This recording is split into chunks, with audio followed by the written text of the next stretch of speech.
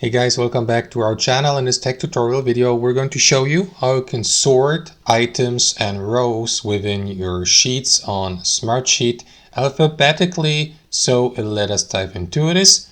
So in the first step, guys, navigate to your workspace item. In this case, let us go with this project sheet here and select your preferred view, which in this case here, in my case, is a table view.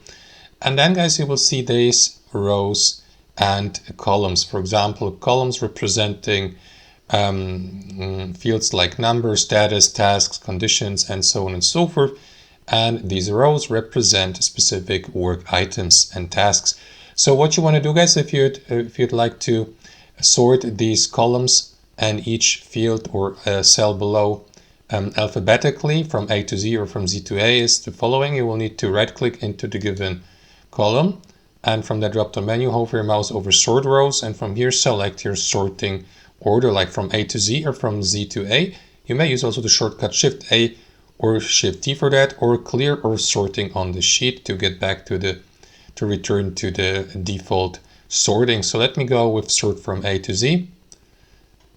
And there you go. As you can see, these tasks now, or these cells here and rows, have been listed from A to Z.